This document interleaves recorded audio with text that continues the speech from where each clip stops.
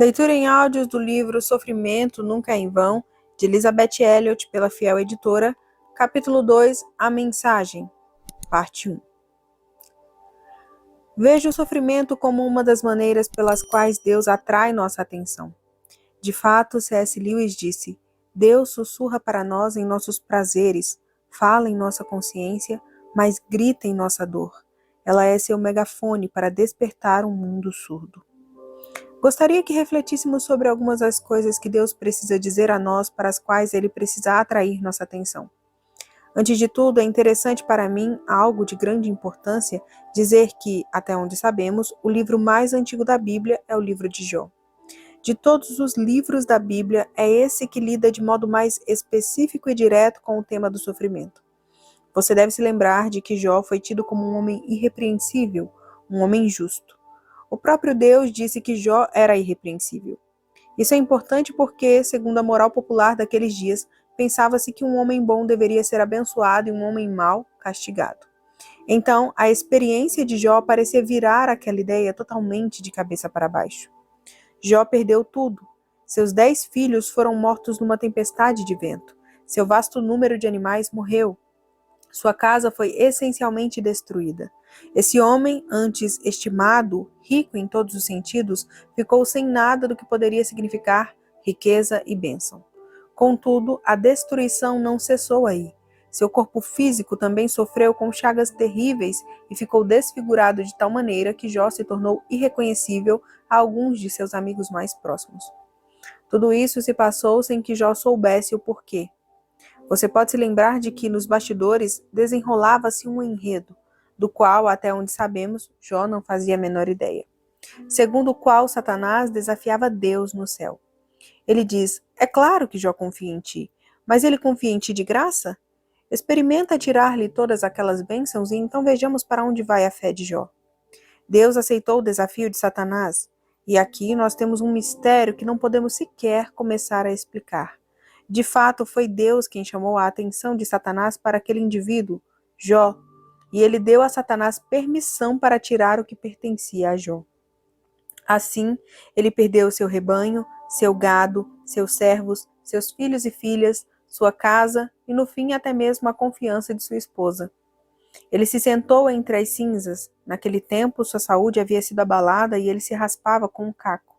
E em angústia e miséria plenas, ele ficou em silêncio por 7 dias, enquanto seus amigos, eles eram assim considerados e aparentemente haviam sido nos tempos de bonança, ficavam sentados e olhavam para ele, igualmente sem dizer nada por 7 dias. Então, quando Jó finalmente rompeu o silêncio, urrou e lançou suas queixas a Deus. Com frequência, podemos ouvir Jó ser chamado de homem paciente, mas, se você ler o livro de Jó, não encontrará muita evidência de que ele realmente fosse um homem paciente. Porém, ele nunca duvidou da existência de Deus e disse algumas das piores coisas que poderiam ser ditas acerca de Deus. E não é interessante que o Espírito de Deus tenha preservado essas coisas para você e para mim? Deus é grande o bastante para receber qualquer coisa que lancemos a Ele. Ele até mesmo velou para que os urros e as queixas de Jó fossem preservados em preto e branco com vistas à nossa instrução. Por isso, nunca hesite em dizer a Deus o que você de fato sente, pois lembre-se, Deus conhece seus pensamentos antes de você conhecê-los, e Ele certamente sabe o que você vai dizer antes mesmo de você pensar. Vejamos algumas amostras dessas coisas horríveis que Jó, esse homem paciente, disse a Deus. Que tal Jó 3, versículos 11, 19 e 20, quando ele pergunta, por que eu não fui um natimorto? Por que não morri ao sair do ventre? Por que o sofredor tem de nascer para ver a luz? Porque a vida é dada a homens que experimentarão tanto amargor. Aqui você vê Jó dialogando com Deus. Na mente de Jó, ao longo de todo o livro, não há dúvidas acerca da existência de Deus. Ele sabe que é com Deus que ele precisa reconciliar suas circunstâncias. Ele está dizendo, há alguém por trás disso tudo. E a pergunta do porquê pressupõe que há uma razão, que há uma mente por trás de todo aquele sofrimento aparentemente despropositado. Nós nunca perguntaríamos o porquê se, de fato, crêssemos que todo o universo é um acidente e que você e eu estamos completamente à mercê do acaso. A própria pergunta do porquê, mesmo quando atirada a nós por alguém que se diz descrente ou ateu, é um sinal evidente de que, no fundo de cada mente humana, há uma suspeita sorrateira de que há alguém, alguma razão, algum indivíduo pensante por trás de tudo. Então, no capítulo 10, Jó se dirige a Deus diretamente. Ele diz: Não podes tu tirar os olhos de mim? Não me deixarás sozinho o bastante nem para eu engolir minha saliva? Tu me formaste, me fizeste, agora voltaste para me destruir. Tu me moldaste como barro, mas agora me reduzes ao pó. Alguém já se sentiu assim? Será que isso lhe soa familiar? Deus está me reduzindo a pó. Ele não me dá a chance sequer de engolir minha saliva. E o que dizer dos amigos dele? Eles eram muito religiosos. Bem, eles nunca disseram uma palavra que não fosse teologicamente sã na maneira como entendiam os caminhos de Deus. Eles começaram a acusá-lo de noções tolas, um estômago cheio de vento, diziam. No fim das contas, Jó carece do temor de Deus e está se pondo contra o Todo-Poderoso, desafiando-o com a cabeça baixa, como se fosse um touro enfurecido. Quando Jó chama Elifaz de saco de vento, ou seja, você sabe, parece o sujo falando do mal lavado. Mas seus amigos inimigos, diz ele, não chegam nem aos pés do Deus que me quebrantou, pegou-me pelo pescoço e me despedaçou, pôs-me por seu alvo. Cercam-me as suas flechas, atravessa-me os rins e não me poupa, e o meu fel derrama na terra. Jó 16, versículos 12 e 13. Acaso você conseguiria chegar a esse ponto ao insultar Deus por despedaçar seu coração através do sofrimento? Você se atreveria a dizer coisas assim em voz alta? Então Jó indaga a Deus, pergunta após pergunta após pergunta. A certa altura, ele diz que se lhe indagasse 1000 perguntas, ele não responderia sequer a uma delas. E ele estava certo. Lembre-se de que, quando Deus finalmente quebra seu silêncio, não responde a nenhuma pergunta sequer. A reação de Deus às indagações de Jó é um mistério. Em outras palavras, Deus responde ao mistério de Jó com o mistério de si mesmo. E ele logo começa a acertar o pobre Jó com perguntas. Onde você estava quando eu lancei os fundamentos do mundo? Quem assentou a pedra angular enquanto as estrelas da alva cantavam juntas? Você já viu os reservatórios da neve? Quem represou o mar com portas? Você já percorreu as profundezas do abismo? Você alguma vez na vida deu ordens à manhã ou mostrou a alvorada o lugar dela? Você já governou as costas dando suas crias? E ele avança mais e mais, pergunta após pergunta após pergunta. Ele sabe a resposta a essas questões, é claro, e ele sabe que certamente Jó não é capaz de responder. Ele está revelando a Jó quem ele é. Em minhas próprias tribulações e sofrimentos, Deus não me deu explicações, mas ele veio a mim como uma pessoa, como um indivíduo, e é disso que precisamos. Quem de nós, no pior buraco em que já esteve, necessitou de algo mais importante do que companhia? Simplesmente alguém. Alguém que talvez se sente ao nosso lado em silêncio, mas que simplesmente esteja conosco. Em nenhum momento Jó nega a existência de Deus. Ele jamais imagina que Deus não tenha nada a ver com suas tribulações, mas ele tem 1000 indagações, assim como nós. Ora, pode parecer uma transição esquisita, mas este é um bom lugar para eu lhe contar uma ou duas histórias do meu primeiro ano como missionária. Eu me considerava muito bem preparada para ser missionária, e como eu disse, vim de um lar cristão sólido. Meus pais também haviam sido missionários. Nós tivemos dúzias, provavelmente centenas de missionários passando pela nossa casa. Tínhamos um quarto de hóspedes que parecia sempre estar ocupado.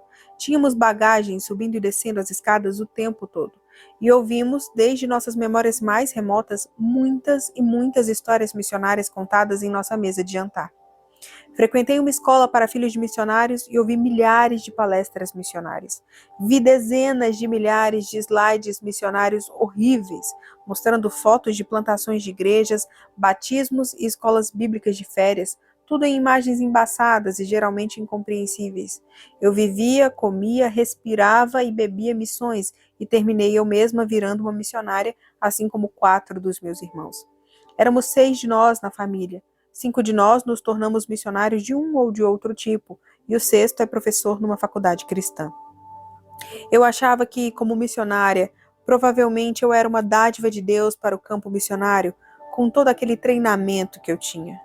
Fui para uma escola bíblica e fiz algum trabalho de missões nacionais na Canadian Sunday School Mission, ou seja, eu tinha tudo. Porém, no primeiro ano, aprouve a Deus me dar 3 fortes golpes no que eu pensava ser uma fé bem fundamentada e corajosamente desenvolvida. O primeiro desses golpes veio enquanto eu tentava aprender uma língua indígena não escrita da floresta ocidental do Equador, a língua da tribo Colorado. Essa era uma tribo bem pequena, que jamais tivera uma linguagem escrita e, portanto, não havia nada da Bíblia em sua língua. Eu havia orado para que Deus me desse um informante, alguém que estivesse preparado para se sentar comigo e passar e repassar aquilo que para ele era a língua mais fácil do mundo. Eu sabia que esse informante teria de ter paciência para lidar com esta estrangeira aparentemente ignorante. E Deus respondeu à minha oração enviando esse homem cujo nome era Macadal. Macadal era bilíngue, o que trazia uma enorme vantagem. Ele falava espanhol e colorado. Isso era importante, pois eu já havia aprendido espanhol por ser a língua oficial do país. Nós trabalhamos juntos por 2 meses e nos demos muito bem. Certa manhã, eu estava de joelhos ao lado da cama, como era meu costume, lendo minha Bíblia e orando. Eu estava lendo o 3º ou 4º capítulo de 1 Pedro. E estas foram as palavras: Não estranheis o fogo ardente que surge no meio de vós, destinado a provar-vos, como se alguma coisa extraordinária vos estivesse acontecendo. 1 Pedro 4,12. E naquele exato momento eu ouvi barulho de tiros. Não havia nada de incomum em ouvir tiros naquela clareira da floresta em particular. Estávamos rodeados de índios que caçavam com armas compradas dos homens brancos. E naquela clareira também havia homens brancos que caçavam. Assim era frequente ouvirmos tiros. Mas esses tiros em particular foram seguidos por gritos, berros, cavalos galopando, pessoas correndo e um pandemônio total. Então, corri para fora e ouvi que Macadal acabara de ser assassinado. Ora, seria muito bom se eu pudesse lhe contar que foi fácil encontrar outro informante. Mas a verdade é que Macadal era, literalmente, a única pessoa no mundo capaz de realizar o trabalho que estava realizando comigo. Ninguém mais conhecia o espanhol e o colorado. Então me deparei pela primeira vez em minha experiência pessoal com aquele terrível porquê. Como Jó, eu não duvidava nem por um segundo que Deus estava lá em cima, que Deus sabia o que estava fazendo. Mas eu não fazia a menor ideia do que ele poderia ter em mente. E a resposta de Deus a mim foi: confie em mim. Sem explicações.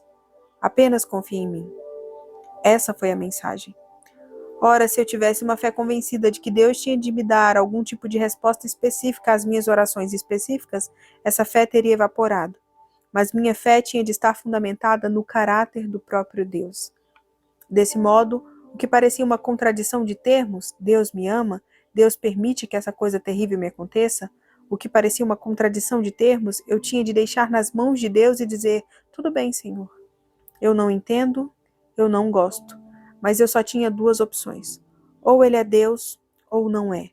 Ou eu estou segura nos braços eternos, ou eu estou à mercê do acaso. Ou confio nele, ou tenho de negá-lo. Há um meio termo? Não penso que haja.